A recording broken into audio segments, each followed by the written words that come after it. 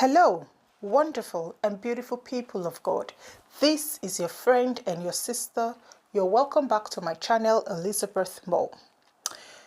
We're going to continue with First Kings, and the very last chapter is First Kings chapter 22, which we will be taking today. Jehoshaphat and Ahab. For 3 years, there was no war between Aram and Israel. Then, during the 3rd year, King Jehoshaphat of Judah went to visit King Ahab of Israel. During the visit, the king of Israel said to his officials, "Do you realize that the town of Ramoth Gilead belongs to us? And yet we've done nothing to recapture it from the king of Aram." Then he turned to Jehoshaphat and asked, "Will you join me in battle to recover Ramoth Gilead?" Jehoshaphat replied to the king of Israel, "Why, of course, you and I are as one. My troops are your troops, and my horses are your horses." Then Jehoshaphat added, "But let's first find out what the Lord says."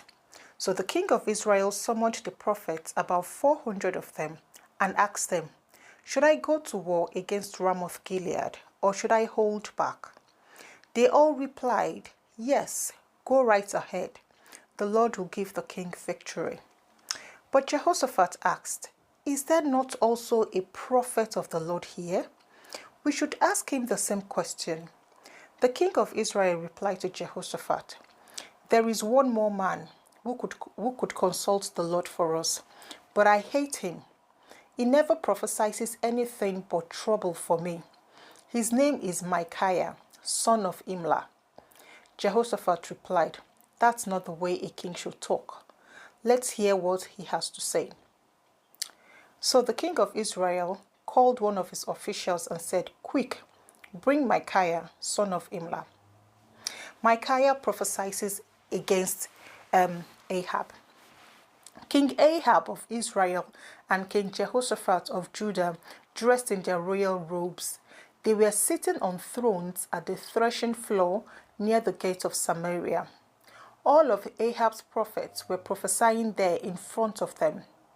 One of them, Zedekiah, son of Kenana, made some iron horns and proclaimed, "This is what the Lord says. With these horns you will gore the Arameans to death." All the other prophets replied, "Agreed." They said, "Go up to Ramoth Gilead and be victorious, for the Lord will give the king victory." Meanwhile, the messenger who went to get Micaiah said to him, "Look, all the prophets are promising victory for the king. Be sure that you agree with them and promise success." But Micaiah replied, "As surely as the Lord lives, I will only say what the Lord tells me to say."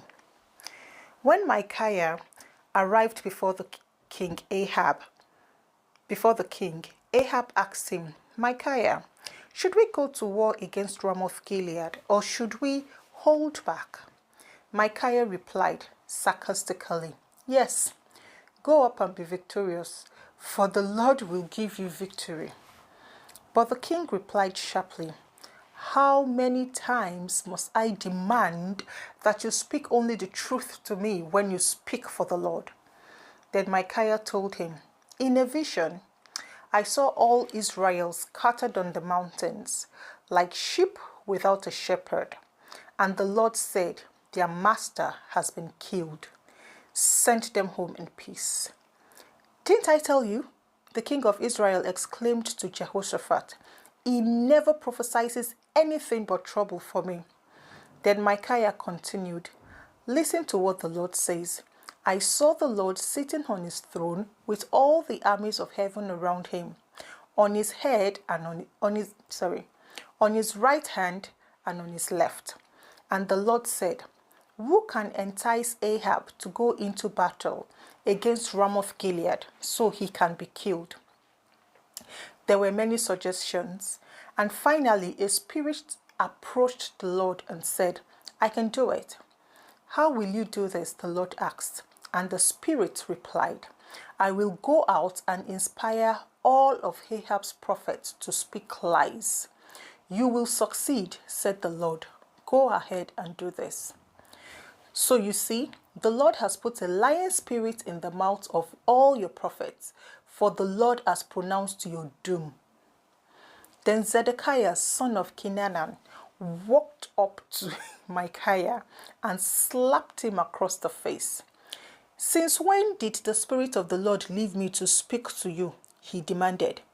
And Micaiah replied, you will find out soon enough when you're trying to hide in some secret room. Arrest him, the king of Israel ordered. Take him back to Amon, the governor of the city, and to my son Joash. Give them this order from the king. Put this man in prison and feed him nothing but bread and water until I return safely from the battle. But Micaiah replied, if you return safely, it will mean that the Lord has not spoken through me. Then he added to those standing around, everyone, mark my words. The death of Ahab.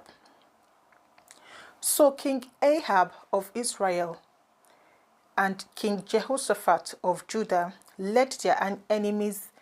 I'll take that again. So King Ahab of Israel and King Jehoshaphat of Judah led their armies against Ramoth Gilead. The king of Israel said to Jehoshaphat, as we go into battle, I will disguise myself, so no one will recognize me. But you wear your royal robes. So the king of Israel disguised himself, and they went into battle. Meanwhile, the king of Aram had issued these orders to his 32 chariot commanders. Attend only the king of Israel. Don't bother with anyone else. So when the Aramean chariot commanders saw Jehoshaphat in his royal robes, they went after him. There is the king of Israel, they shouted. But when Jehoshaphat called out, the chariot commanders realized he was not the king of Israel, and they stopped chasing him. An Aramean soldier, however, randomly shot an arrow at the Israelite troops and hit the king of Israel because the joint of his hammer. Turn the horses and get me out of here, Ahab groaned to the driver of his chariot. I am badly wounded. The battle raged all that day, and the king remained propped up in his chariot, facing the Arameans. The blood from his wound ran down to the floor of his chariot, and as evening arrived, he died. Just as the sun was setting, the cry ran through his troops, we are done for, run for your lives. So the king died, and his body was taken to Samaria and buried there. Then his chariot was washed beside the pool of Samaria, and dogs came and licked his blood at the place where the prostitutes bathed, just as the Lord had promised. The rest of the events in Ahab's reign and everything he did, including the story of the ivory palace and the towns he built, are recorded in the book of the history of the kings of Israel. So Ahab died, and his son Ahaziah became the next king. Jehoshaphat, son of Asa, began to rule over Judah in the 4th year of King Ahab's reign in Israel. Jehoshaphat was 35 years old when he became king, and he reigned in Jerusalem 25 years. His mother was Azubah, the daughter of Shilhi.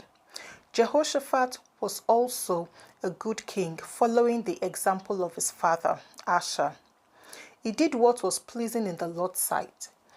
During his reign, however, he failed to remove all the pagan shrines, and the people still offered sacrifices and burned incense there.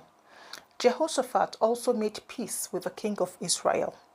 The rest of the events in Jehoshaphat's reign, the extent of his power and the wars he waged, are recorded in the book of the history of the kings of Judah. He banished from the land the rest of the male and female shrine prostitutes who still continued their practices from the days of his father Asa. There was no king in Edom at that time, only a deputy. Jehoshaphat also built a fleet of trading ships to sail to Ophir for gold. But the ships never set sail, for they met with disaster in their home port of Ezion-Geber. At one time, Ahaziah, son of Ahab, had proposed to Jehoshaphat, "Let my men sail with your men in the ships." But Jehoshaphat refused the request. When Jehoshaphat died, he was buried with his ancestors in the city of David. Then his son Jehoram became the next king. Ahaziah, son of Ahab, began to rule over Israel in the 17th year of King Jehoshaphat's reign in Judah. He reigned in Samaria 2 years, but he did what was evil in the Lord's sight, following the example of his father and mother and the example of Jeroboam, son of Nebat, who had led Israel to sin. He served Baal and worshipped him, provoking the anger of the Lord, the God of Israel, just as his father has done. So this is where First Kings ends in chapter 22. I will start Second Kings in the next video or audio message. Thank you very much and God bless you. Bye.